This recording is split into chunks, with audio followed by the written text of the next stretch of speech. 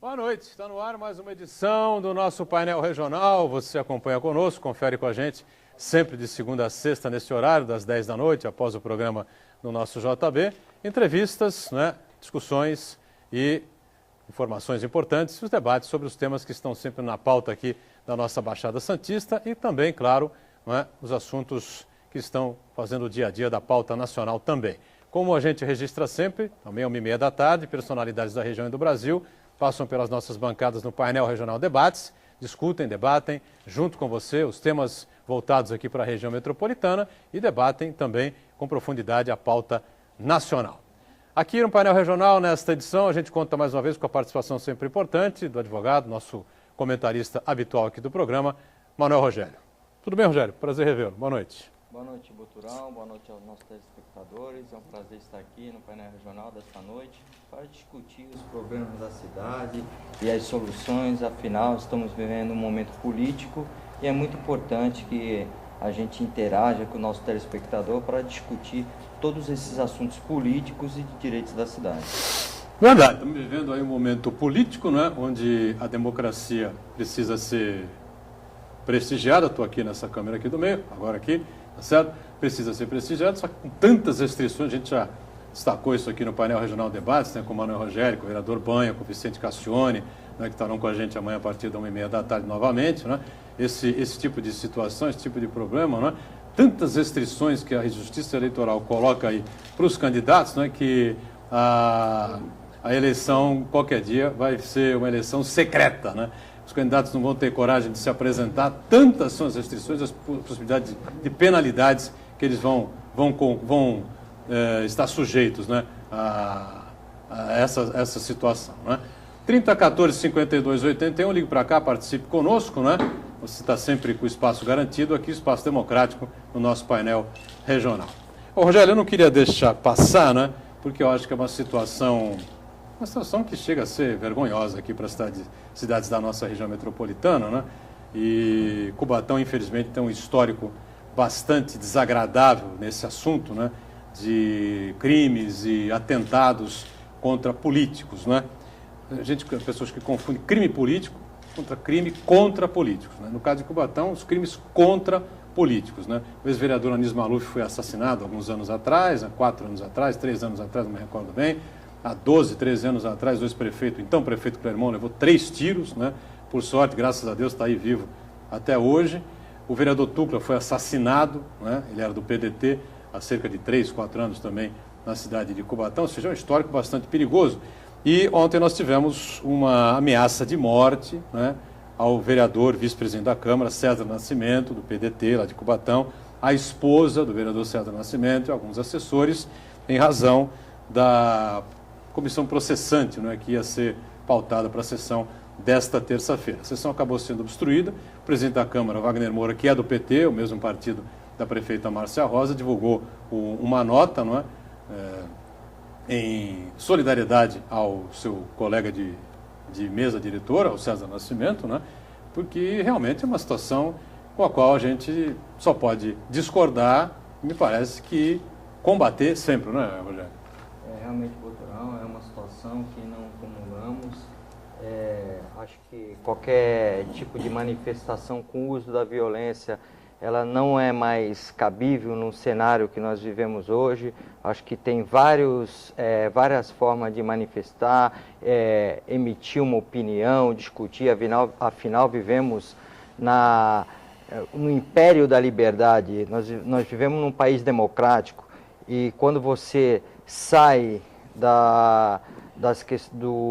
daquele âmbito de pacificação, daquela coisa de você se manifestar por meio da palavra, por meio da escrita, e você parte para um confronto físico, seja ele, quando eu falo esse confronto físico, um confronto físico direto ou através de ameaças verbais, isso realmente é incabível. Não somos mais primatas, somos pessoas evoluídas e a violência, qualquer forma de violência, ela tem que ser estagnada e não pode ser admitida por qualquer um de nós. Eu acho que comunga com essa minha ideia você, os nossos telespectadores que tá aí, são pessoas seletas que primam por uma discussão até acalorada, mas sempre mantendo-se o nível sem partir para a violência, sem partir para confrontos físicos diretos ou indiretos através de formas de violências verbais. Eu não sei exatamente, estava pautada aí uma discussão em cima dessa comissão processante que analisa denúncias contra atos da prefeita Márcia Rosa no primeiro mandato ainda, não é? O ex-vereador, ex-presidente da Casa e atual vice-prefeito Donizete Tavares fazia parte também dessas denúncias, foi excluído pela comissão, porque na época ele era presidente da Câmara e não fazia parte do governo. Então, a comissão processante agora é só contra a prefeita. Ia ser pautado hoje, né? E a comissão ia ser votada o parecer da comissão, que 2 vereadores deram parecer favorável à continuidade das investigações e um deu parecer para que a comissão processante se encerrasse por aí mesmo, né? Como a maioria hoje na Câmara não está com a prefeita, me parece que a possibilidade era essa, de que houvesse uma derrota por parte do governo, enfim, a comissão então seguisse. Mas eu tenho certeza absoluta que a prefeita Márcia Rosa nem imagina que tivesse acontecido uma coisa desse tipo. A gente conhece a Márcia Rosa de longa data, foi uma vereadora aguerrida, uma professora aguerrida, militante aguerrida do PT, é uma prefeita que tem lá uma série de problemas no seu governo, mas evidentemente uma pessoa absolutamente do bem. E a gente sabe que, se depender da prefeita Márcia Rosa, esse cidadão aí vai ser preso, detido, que ameaçou de morte o vereador César Nascimento. Então é profundamente lamentável que isso aconteça. A gente faz o registro, né, Rogério? Porque Cubatão, como eu disse, infelizmente é histórico, né? E Guarujá, que é uma cidade vizinha nossa aqui da região metropolitana, tem histórico também. Coronelismo, acho que já passou a época, né? Ainda mais aqui no sudeste brasileiro, né? Há muito tempo, Botrão. Eu dou graças a Deus de Santos não ter esse tipo de histórico. Se isso virar moda, realmente vai ser um problema muito grande para as autoridades de segurança pública conseguir conter as acalorosas discussões partidárias e políticas se for partir tudo para a violência. Como eu já disse aqui, vou repetir novamente, eu acho que isso nunca é demais, deixar bem claro que violência é uma coisa que tem que ser afastada do nosso subconsciente como do nosso consciente. Acho que a gente tem que ter posturas elegantes, inteligentes, discutir sim, colocar a sua opinião, pôr em prática aquilo que você pensa, mas sem nunca entrar para esse confronto violento, como eu já disse, de forma física ou verbal, através de agressões verbais ou ameaças. As pessoas, eu acho que não precisam ficar à parte das discussões, em que pese as opiniões políticas, em que pese a fidelidade partidária, aquela coisa de você ser militante de um partido, mas nunca, repito, nunca sem partir para a violência.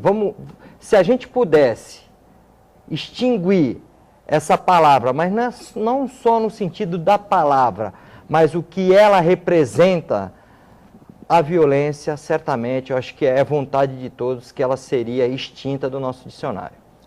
Muito bem, está feito aí o registro, né? A gente, evidentemente, que recebe a informação, repassa ao telespectador e faz uma análise o mais ponderada possível, como fez aqui o Manuel Rogério. Esperamos que esse cidadão aí desapareça de Cubatão, né? Ou seja preso, né? E responda por essas ameaças à vida, né? Ameaça de morte, né?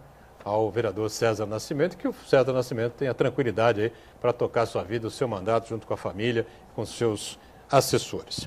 Ô Manuel Rogério, você sabe que é uma polêmica muito grande, né? Você acompanha isso de perto também, né? Acompanha essa questão da segurança pública, o Banha fala muito sobre esse tema aqui quando participa conosco aqui do painel regional, do painel debates também, né? O Senado aprovou recentemente a liberação, um projeto para que libera o armamento das guardas municipais. Nós discutimos isso no painel debates desta segunda-feira última, não é? Estavam presentes o ex-vereador Mantovani, estava presente o Heraldo José, o Sidney Costa também, né? E o projeto acabou tomando uma vaia danada da mesa. A mesa acabou reprovando o projeto, o pessoal não concorda da maneira como as guardas municipais se encontram hoje, que elas sejam armadas, né? Você pensa o que a respeito desse tema aí?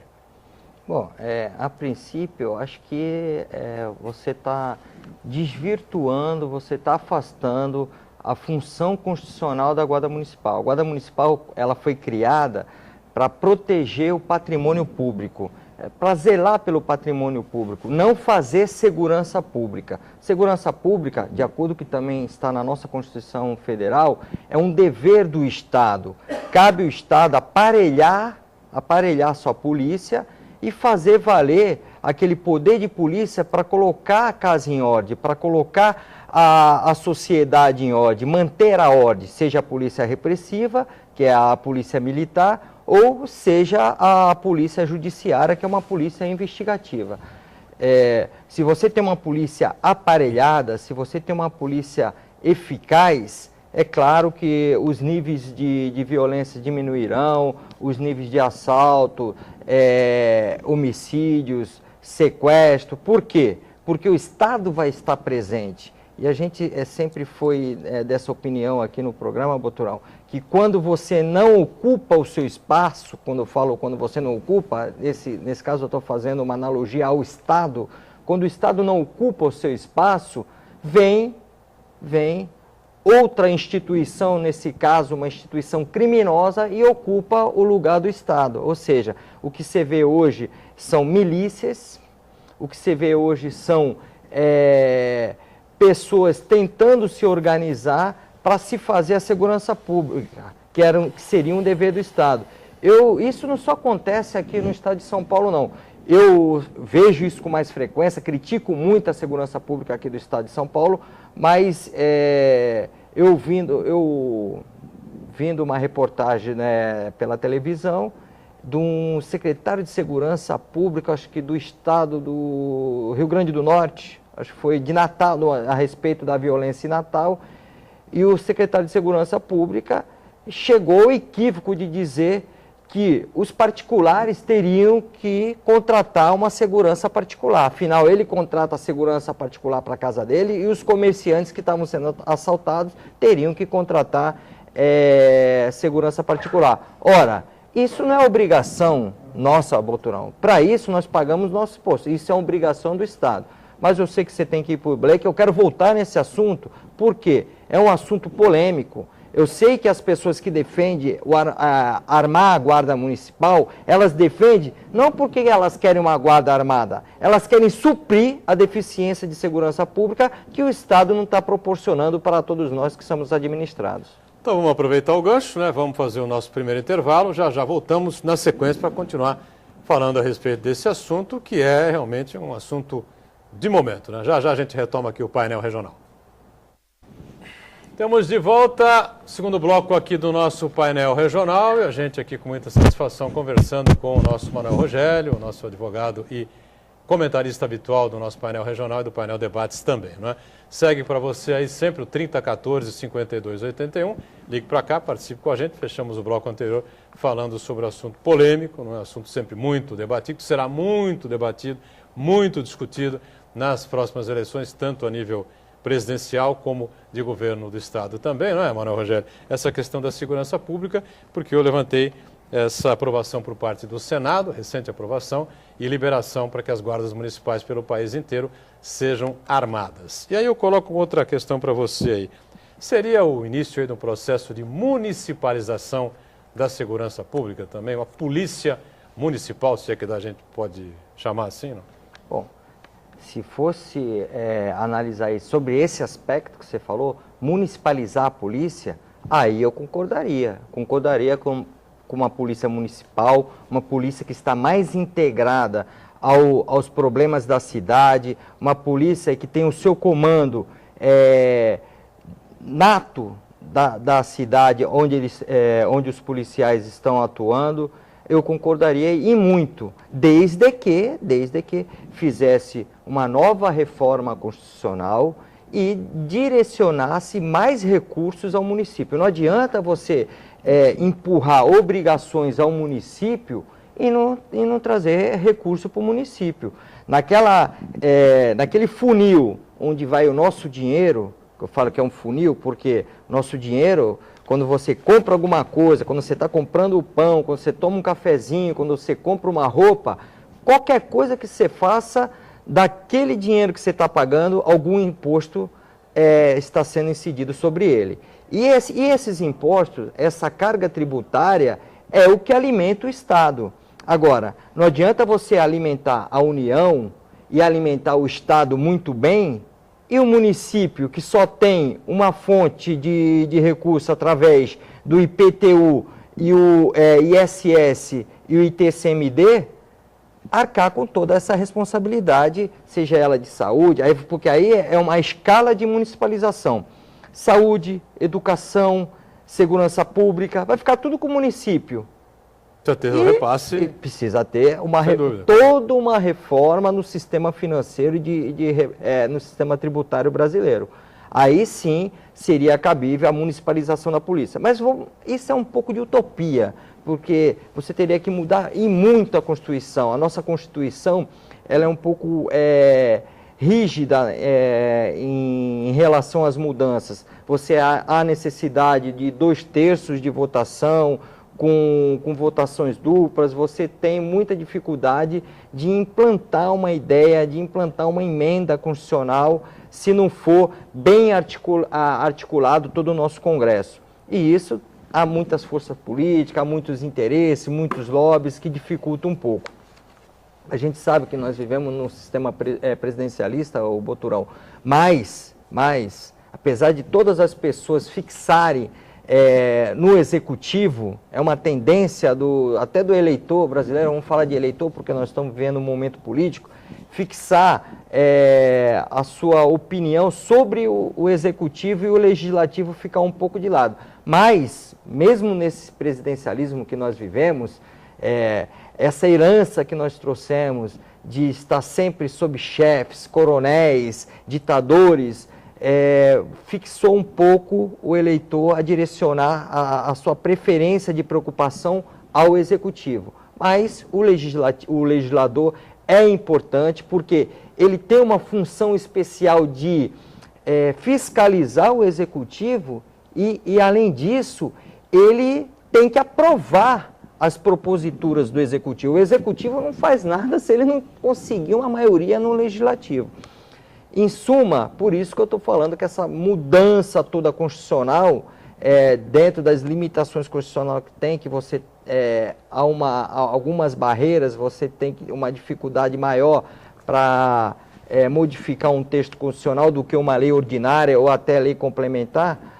Então, por conta disso aí, eu acho que seria um pouco de utopia pensar na municipalização da segurança pública. Então, o que as pessoas imaginam? Já que o Estado não está prestando o seu papel, vamos municipalizar a nossa guarda, vamos armar a nossa guarda. Olha, isso é um pouco temerário. Há pessoas que defendem isso, e eu não critico as pessoas que defendem isso. Por quê? É aquela última rádio, a pessoa ela não tem mais para onde correr, ela não tem mais para onde reclamar, então ela pensa que se ela armar a guarda municipal dela, o prefeito, que é uma pessoa mais ligada a cada munícipe, que é um pouco mais distante, você chegar no governador ou no presidente, é mais fácil você encontrar o prefeito na rua, você consegue uma atenção maior na segurança pública. O que vai acontecer? Os guardas municipais vão ser destinados a locais de combate a tráfico, de combate a homicídios, de combate a roubos e furtos. E a nossa Guarda Municipal, da maneira como ela se encontra, defasada já de muitos anos, a Guarda Municipal de Santos, por exemplo, né, eu acho que seria uma temeridade você, de uma hora para outra, chamar os guardas e falar, vamos lá no Clube dos Ingleses fazer um treinamento de tiro, daqui a 2 meses vocês estão armados. Que não pode ser assim, né? Exatamente, até porque a arma de fogo é um objeto muito perigoso, é um objeto que ele tira a vida de alguém. E se ele não souber ser manuseado, ele pode tirar até a vida daquela pessoa que está manuseando, daquela pessoa que porta a arma de fogo. Este é um assunto polêmico. Há cidades que implantaram esse modelo, deu certo, como há cidades que não deu certo. Eu penso, como que foi implantado esse modelo? Não através dessa lei que agora que foi sancionada que foi aprovada pelo Senado. Falta a sanção da presidente. Mas através de convênio, por exemplo, no Rio de Janeiro, em São Paulo, em Paulínia, a Guarda Municipal acabou fazendo um convênio com o governo do estado e eles conseguiram armar a guarda, conseguiram essa autorização, então a guarda fazia o papel da segurança pública. Eu, particularmente, eu penso que esse é um dever do Estado, e o Estado que já está preparado para isso, que já tem uma corporação para isso, ele tem que aparelhar sua corporação, contratar mais policiais civis e militares e fazer valer a sua presença dentro da nossa sociedade. Para quê? Para que aquele Estado paralelo dos marginais, dos bandidos, não ocupe o lugar do nosso Estado de Direito, que é o Estado aquele pelo qual está dentro da estrutura constitucional da Federação Brasileira e está amparado por lei. Estamos dentro de uma legalidade. E lembrando que nós temos o secretário de Segurança aqui da cidade de Santos, né, que é um ex-comandante da PM, né, uma figura extremamente respeitada, né, extremamente competente, conhece muito sobre segurança pública, que é o coronel Sérgio Delbel, comandante Brito, que comanda a PM, hoje também uma figura de muito destaque, também da guarda, enfim, né? E eles sabem exatamente como é que isso, os perigos, né, que isso pode representar. De qualquer maneira, eu acho que o prefeito também sabe disso, né? Já, como eu disse no bloco anterior, a Guarda Municipal vem defasada há muitos anos, né? Não é de agora. E, claro, uma série de problemas aí prioritários na cidade a serem resolvidos, mas eu tenho a impressão que tanto o prefeito quanto o secretário de Segurança têm esse objetivo de fazer um investimento na Guarda Municipal, renovar aí, né, renovar e aumentar o efetivo da Guarda Municipal, e eu acho que aí caberia, né, um treinamento específico para essa questão do armamento, né, se fosse o caso. Né? Boturão, a utilização da arma de fogo pelo policial, agora vamos falar no sentido de segurança pública, ela é a que tem que ser o último recurso que o policial vai usar no combate à criminalidade. Até porque o disparo de uma arma de fogo, ele pode alcançar, pode atingir pessoas inocentes que não tem nada a ver com aquela ação policial.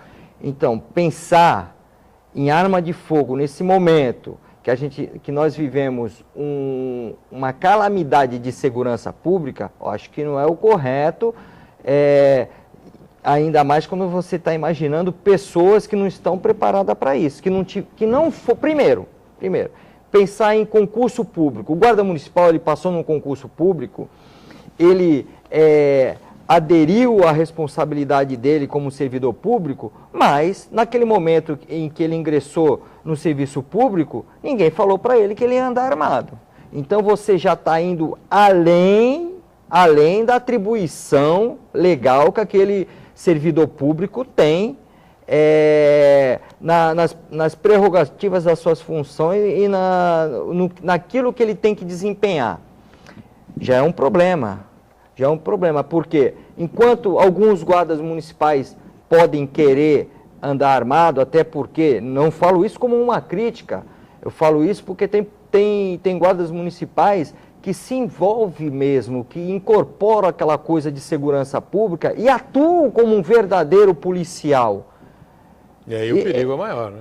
Então, mas ele pode atuar como um verdadeiro policial, até porque a Constituição Federal garante, e o Código de Processo Penal também garante, que qualquer cidadão que presenciar um flagrante delito, ele pode prender essa pessoa.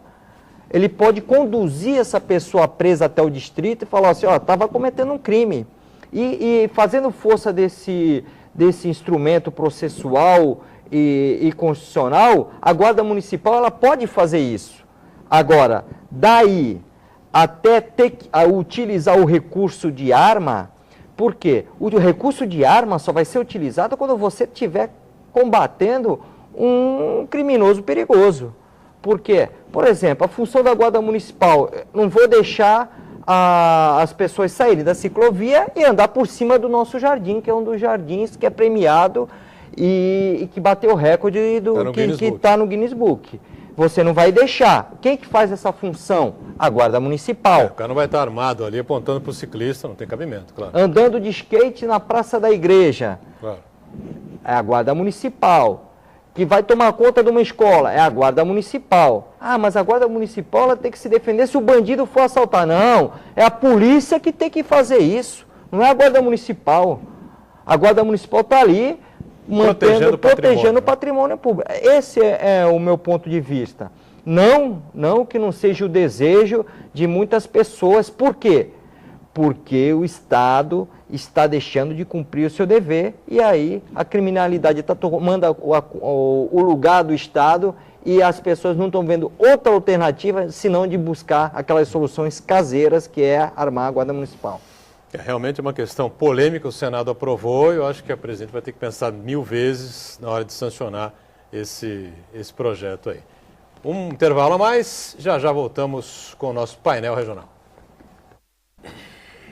Terceiro e último bloco dessa edição aqui do nosso painel regional, que conta com a presença sempre importante aqui do nosso Manuel Rogério, advogado e comentarista habitual aqui do painel regional. E o Laurindo, lá do Rádio Clube, né, tem uma pergunta aqui, me parece, né, e deseja um abraço, manda um abraço aqui pra a gente retribui com prazer. O que é que o Rogério, juntamente com o Vicente Cassione e o Pardal, podem fazer para dar mais agilidade nos trabalhos com os aposentados? Isso é um drama nacional, não, meu caro? Realmente o problema dos aposentados é um drama nacional, porque imaginamos que depois de uma vida laboral, depois de todo aquele esforço, naquele momento em que você vai ao descanso profissional, que é o momento da aposentadoria, que seria um momento em que você já teria cumprido o seu papel perante a sociedade e aí você agora teria o direito de usufruir, de gozar pela sua aposentadoria. O que é usufruir e gozar pela sua aposentadoria? É você ter o recurso suficiente, não para viver numa vida luxuosa, mas o mínimo da sua subsistência. O que você vê hoje do aposentado é que ele tem que voltar ao mercado de trabalho. Por quê? Porque senão ele não consegue nem se alimentar. Que dirá custear plano de saúde, custear o seu medicamento, escola dos filhos, ou seja, o pagamento de IPTU, condomínio. Ele, para sobreviver, ele tem que retornar ao mercado de trabalho. Em suma, ele nunca se aposentou.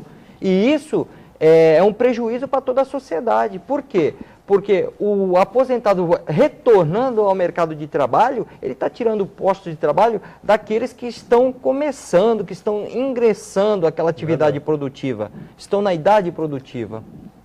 Silvio do Rio Branco diz assim: não adianta diminuir a idade penal para 16 se já tem menores com 12 e 14 anos cometendo crimes. Isso tem que ser resolvido dentro de casa. Dentro de casa é onde você dá a educação, sem dúvida, não é? Agora, essa coisa da maioridade penal é polêmica também, não é? Muito polêmica, mas eu acho que o Silvio, como eu disse, os nossos telespectadores são seletos, são inteligentes, e ele fez uma colocação que é muito verdadeira. Eu acho que o Estado tem a sua obrigação, tem o seu dever constitucional de garantir a segurança pública a todos. O Estado, também eu quero falar, lato sensu, ou seja, aquele que impõe as regras que a sociedade está sujeita, já colocou as leis que nós temos que obedecer dentro do nosso ordenamento jurídico. Agora, nós não podemos ficar só esperando a intervenção do Estado, que o Estado resolva toda a nossa vida. A criança, o adolescente, ele tem que ter uma formação. E essa formação, ela começa dentro do lar. O pai tem que dar exemplo, o pai tem que exigir dos filhos tudo, uma formação religiosa, impor limites e dar o exemplo também. Não adianta o pai falar para o filho, não faça isso, e do lado ele está fazendo o contrário. William Marcondes, que é coronel reformado do Exército, diz assim, que é contra dar armamento para a Guarda Municipal. A Guarda não está qualificada, nem devidamente treinada para porte de armas e uso em ação. Basicamente, é tudo isso que o Rogério colocou aqui, e eu também entendo que da maneira como a Guarda Municipal se encontra hoje, por exemplo, a de Santos, não há a mínima condição de se armar a guarda. Acho que é um perigo tremendo, não só para a população em geral, como para os próprios guardas municipais. É preciso, como disse o Rogério, uma ampla modificação nesse processo todo, né? E isso nós estamos falando aqui como leigos em arma. Nós estamos analisando esse panorama em que nós vivemos hoje. Agora, está aí um coronel reformado que teve, durante sua vida profissional, sempre o contato, sempre uma intimidade com a arma de fogo. Ele sabe o quanto é letal e o quanto tem que tomar cuidado com esse tipo de objeto. Nosso querido companheiro Uriel Vilas Boas está mais uma vez com a gente aqui. Um abraço, Uriel. Por que é que não se discute segurança pública em termos metropolitanos e não levando em consideração apenas repressão, mas ação social? Eu acho que é absolutamente coerente o que o Uriel coloca, afinal de contas as cidades são todas coladas, conurbadas umas às outras, né? E seria importante que isso realmente acontecesse, não, Rogério? Eu acho que as ações metropolitanas, elas não podem deixar de existir. É um problema ainda cultural que nós temos. Nós somos muitos limitados, cada um em seu município. A gente tem um pouco dessa questão do nosso quintal, a fronteira do vizinho, não me interessa muito, mas pensando do ponto de vista o que é melhor para todos nós, a gente tem que pensar mesmo nesse sentido metropolitano, ou seja, o vizinho é importante sim, é como pensa na globalização no cenário internacional. Por que os Estados Unidos se interferem numa briga que está acontecendo lá no Oriente Médio? Porque aquilo pode tomar uma proporção maior e ir contaminando os outros países até acabar atingindo eles, mesmo ele estando em quilômetros de distância. Nito Alemoa, né, sempre com a gente aqui. Qual é a visão de vocês, a gente aqui no programa, sobre o voto distrital? Pode melhorar a representatividade da Baixada Santista e na Câmara Federal? Aí que está o problema. Na minha visão, que a gente discute muito com cientistas políticos, enfim, é definir o que é um distrito, né? E começa por aí a dificuldade. Essa é uma dificuldade grande, mas eu acho que é importante esse fórum de debate em questão do voto distrital. Há tempo se discute isso, mas eu vou ser um pouco cético. Eu não acredito numa reforma política nesse momento, mas é um dos meus pleitos. Eu penso que se não tivermos uma reforma política, jamais teremos um governo ideal que represente a cada um de nós, Boturão. Porque o voto distrital, né, teoricamente definiria distritos, e esses distritos você teria a condição de eleger e votar só nos candidatos que representassem esses distritos. Seria mais fácil você cobrar desse pessoal a atuação no Congresso, na Assembleia. Agora, você vê que é difícil, porque difícil não sei se mesmo. Você se recorda, o senador José Sarney, ele foi para o estado do Amapá e conseguiu se eleger de lá. Então, isso vai acontecer aqui, vai se mudar de bairro, vai depender de primeiro delimitar o que é distrito para cada um, para a gente saber e poder opinar sobre isso. Né? Para fechar, a eleição ainda muito fria, né? A campanha muito fria ainda, né, Rogério? A campanha é muito fria, teve esse balde de água fria da Copa do Mundo, não porque o eleitor está preocupado e misturando o que é futebol, o que é eleição, mas ela começou agora quando ela deveria ter começado efetivamente em julho, o que a lei permite. Você tem um problema também que os candidatos estão engessados, isso dificulta até o eleitor, que ele não pode dar sua opinião, porque como é que ele vai saber o número do seu candidato diante de um pluripartidarismo desse, de tantos partidos e de milhões de candidatos? Estamos fechando aqui o nosso painel regional, agradecendo sempre a participação importante de Manuel Rogério, nosso comentarista habitual do painel regional e do painel debates, participando mais uma vez com a gente aqui. Valeu, Rogério. Obrigado, hein? Eu que agradeço. Uma boa noite a todos. Obrigado a você que acompanha a gente, conferiu a gente mais uma vez, de segunda a sexta, sempre na sequência do programa do JB, né, às 10 da noite. E às 1h30 da tarde tem sempre também o painel debates. Tchau.